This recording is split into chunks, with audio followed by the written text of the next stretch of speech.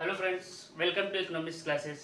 जैसे मैं पिछले सेशन में measurement of national income complete किया था कि नेशनल इनकम को कैसे मेजर करते हैं, कौन कौन से थ्री जो मेथड्स हैं उसके थ्रू हम नेशनल इनकम को कैलकुलेट करते हैं। और आप जो है वो बहुत सारे बुक्स हैं जैसे वीके ओरी है और संदीप गर्ग है, उससे आप उसके सारे न्यूमेरिकल को सॉल्व कर सकते हैं। जितने मैंने थ्योरेटिकल पार्ट समझाया है आपको, उसके थ्रू आपको न्यूमेरिकल्स में कहीं भी प्रॉब्लम नहीं आएगा। ठीक है, अगर कहीं भी प्रॉब्लम्स आता है तो आप कमेंट सेक्शन में हमें बता सकते हैं कि आपको कहाँ पे प्रॉब्लम है, ताकि मैं उसको फिर से अच्छे से और नेक्स्ट वीडियो में एक्सप्लेन करने का करूँगा उसके बारे में। ठीक है, तो इस सेशन में हमें मनी के बारे में समझेंगे कि मनी क्या होता है। ठीक है, और मनी क्या डेफिनेशंस क्या होते हैं, मनी से पहले हमारे जो इकोनॉमी था उसमें कौन सा सिस्टम प्रिविलेज था, लोग कैसे ट्रेड करते थे और ये कब से कर रहे हैं, ये सारी चीज़ों के बारे में जानेंगे। फिर उसका बेनिफिट्स क्या था, इसके लिमिटेशंस क्या थे, मनी को क्यों इंट्रोड्यूस किया गया। ठीक है, इस सेशन में हम इतना ही समझने का कोशिश करेंगे। ठीक, चलिए वीडियो स्टार्ट करते हैं। समझते हैं कि मनी क्या होता है। एक मनी जो एक थिंग्स होता है जो हम as a medium of exchange उसको एक्सेप्ट करते हैं। मीडियम ऑफ एक्सचेंज का मतलब होता है कि अगर हम कोई चीज़ खरीदते हैं या कुछ भी चीज़ लेन देन करते हैं, उससे बदले में हम पैसा देते हैं। कॉमन मीडियम ऑफ एक्सचेंज है कि जैसे कि हम अगर पेन खरीदें तो उसके बदले में हम क्या दे रहे हैं, पेमेंट करते हैं। जैसे एक पे ये मार्कर है 10 रुपये का, तो हम 10 रुपये पेमेंट करते हैं, तो एक मीडियम ऑफ एक्सचेंज ही तो है। हम मेरे हाथ से क्या हो रहा है, पैसा जा रहा है और जो सेलर है उससे यहाँ से हम मार्कर ले रहे हैं, तो क्या है इसके थ्रू मीडियम एक्सचेंज हो रहा है। ठीक है, हमारे पास जो चीज़ है वो सेलर के पास आएगा और सेलर के पास जो चीज़ है वो बायर के पास आएगा। तो जो मनी जो है वही, इसका काम जो है यही है, मीडियम ऑफ एक्सचेंज का। ठीक है, अब देखते हैं कि इसका एग्जाम्पल क्या है। जैसे यूएस डॉलर है, यूएस डॉलर क्या है, एक कॉमन थिंग है जो हर एक कंट्री जो है वो एक्सेप्ट करता है as a medium of exchange. ठीक है, अब समझते हैं मनी से पहले जो था हमारे इकोनॉमी में क्या होता था। पहले के लोग जो है वो गुड्स के बदले में गुड्स को देते थे, मतलब सामान के बदले में सामान देने की प्रणाली थी।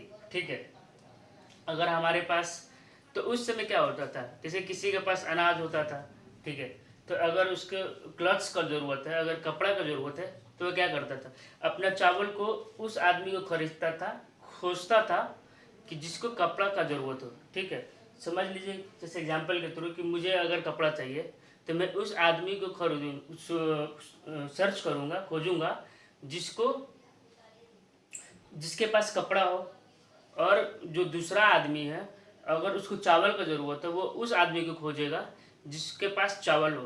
तब मेरे पास क्या था, मेरे पास चावल था और दूसरे के पास कपड़ा था, तब वो उस टाइप के सिस्टम में हम उसको बाटर सिस्टम बोलते थे।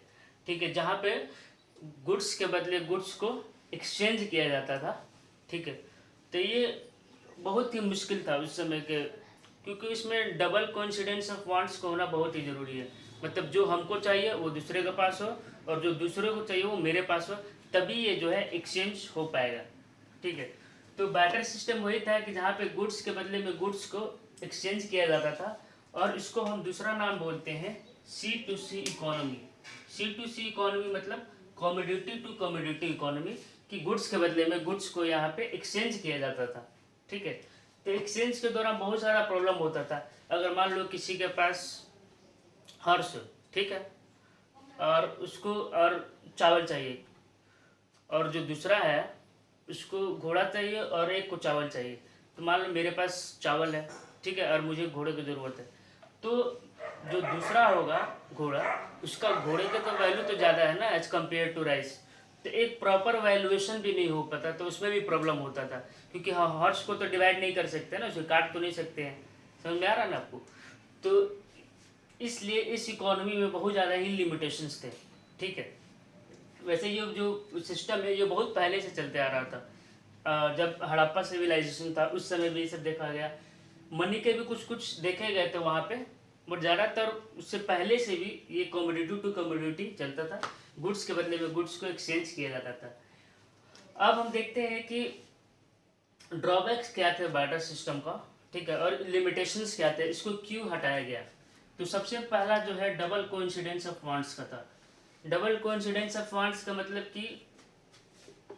कि अगर ए है और बी है, ठीक है, अगर ए को समझ लो वीट चाहिए और बी को राइस चाहिए, ठीक है, तो अगर मेरे ए के पास अगर राइस होगा और बी के पास अगर वीट होगा, तभी ये जो कंसेप्ट था बैटर सिस्टम का C2C वाला, वो सक्सेसफुल हो पाएगा। ए जो है अपना वीट देगा बी को और बी जो है अपना राइस ए को देगा, तभी इनके जो वांट्स हैं वो सेटिस्फाई होते थे।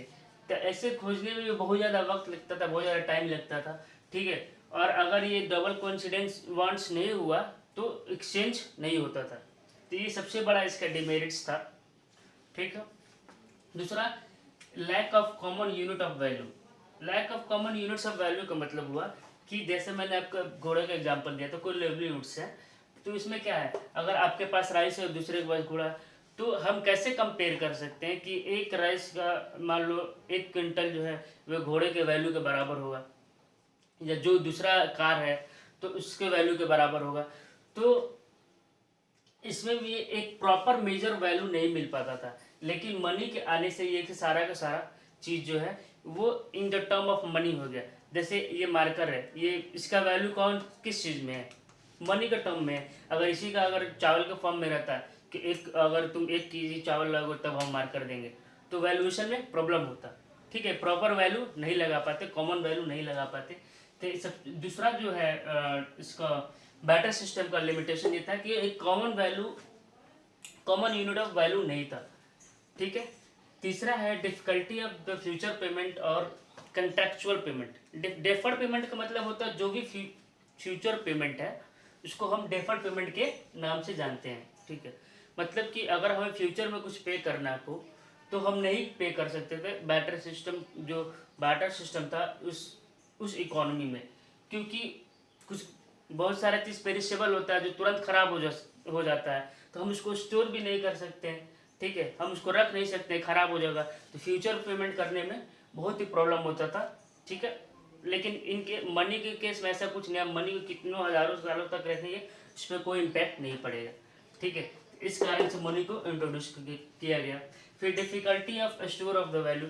हम मनी को इजीली स्टोर कर सकते हैं, बट जो भी पेरिसेबल गुड्स थे, जो चीज़ जो जल्दी ख़राब हो जाता था उसको हम स्टोर नहीं कर पाते।